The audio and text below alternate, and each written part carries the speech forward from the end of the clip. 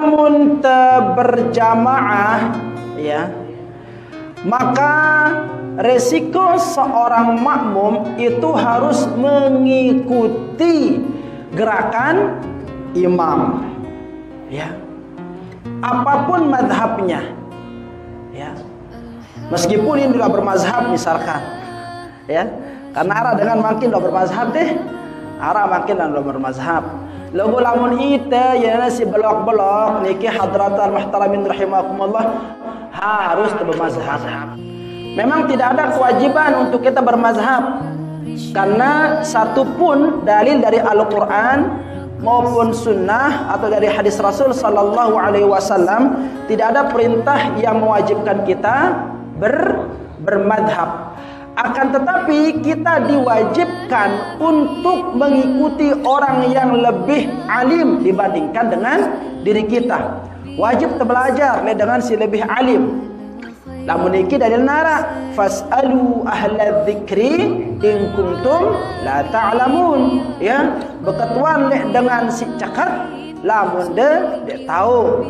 Nah, dari inilah ya para ulama terus menyimpulkan bahwa ketika beribadah itu harus neara landasan ya, harus landasan. Kenapa? Karena kalau kita ingin berijtihad langsung tidak akan mungkin bagi model-model kita yang awam seperti ini. Hafal Al-Quran deh, ngerti yang Al-Quran dia terceket, namun dia terbuka terjemahan dia tahu kan Al-Quran, apalagi hafal hadis. Tidak ada, ya. Sekelas Imam Bukhari saja, ya, sekelas Imam Bukhari, Imam Muslim, dalam hal, ya, dalam hal syariat beliau, dalam hal ibadah beliau mengikuti siapa? Syafi'i. Sekelas Bukhari, Muslim, Tirmidzi mengikuti Syafi'i yang hafal ribuan hadis. Nah, deket yang pelung ini pira hafal hadis, ya. Paling hadis pertama doang, itu pun innamal a'malu binniyat. Selebihnya dia tahu apa lanjutannya terus, ya kan? Nah, al-wa'du dainun. Pokoknya hadis-hadis populer wah teh, ya. Ya tahu teh. Maka hadratal muhtaramin rahimakumullah harus bagi kita untuk mengikuti orang yang bisa, orang yang pandai. Meskipun kita tidak ada kewajiban untuk bermadhab, tetapi mengikuti orang yang lebih bisa itu ada kewajibannya, ya. Lalu mulai dalam kitab Tanwirul Qulub jadi lebih parah lagi di sana, ya. Di sana itu mengharuskan wajib hukumnya bermadhab, ya. Orang yang tidak bermadhab dan tidak mau mengakui madhab yang mu'tabarah, minimal 4 madhab itu Hanafi, Maliki, Syafi'i dan Hambali, dihukumkan fasik orang yang seperti itu, ya. Ini dia hadratul muhtaramin rahimakumullah. Enggak percaya? Silakan buka kitab Tanwirul Qulub. Di sana ada dijelaskan seperti itu. Tidak mengakui salah satu dari 4 imam madhab maka fasik orangnya. Nah, ini dia hadratul muhtaramin rahimakumullah, ya. Nah, sehingga bagi kita yang bodoh-bodoh ini, yang tidak hafal Al-Quran, tidak hafal hadis, maka sudah sepantasnya untuk kita mengikuti orang-orang yang mumpuni di bidangnya, orang-orang yang ahli di bidangnya. Seperti itu. Mengapa?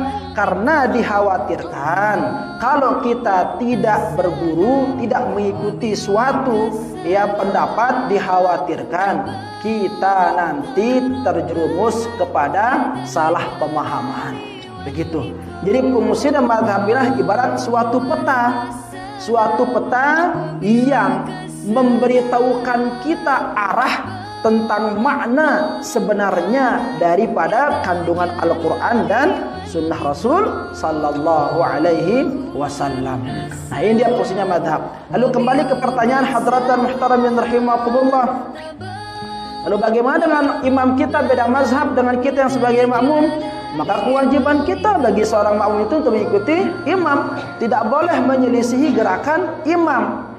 Meskipun ya, kita misalkan nih, kita orang bukan kita penganut mazhab Syafi'i, lalu imam kita tidak Syafi'i, ya. Selain mazhab Syafi'i tidak mensunnahkan kunut dalam salat subuh. Nah, pelungguh sebagai makmum jangan berdiri sendiri laksanakan kunut. Ya, tidak boleh. Menyelisihi gerakan imam tidak boleh. Atau sebaliknya, kita yang sebagai makmum tidak penganut mazhab Syafi'i, tapi imam kita kebetulan Syafi'i. Ketika imam kunut, maka kita juga sebagai makmum juga wajib harus ikut kunut, karena itulah resiko sebagai seorang makmum, ya, yang berimam di belakang imam yang memiliki faham seperti itu. Nah, ini dia hadratul muhtaramin rahimakumullah. Jadi dikatakan menyelisihi gerakan imam. Nah, kalau ada misalkan pendapat ustadz atau kiai atau tuan guru mengatakan dende ikutin gerakan imam ini, lamun pada madhabna kancita, lamun pada keyakinanna kancita. Nah, ini sesuatu yang keliru, ya, sesuatu yang keliru. Jadi itu dia.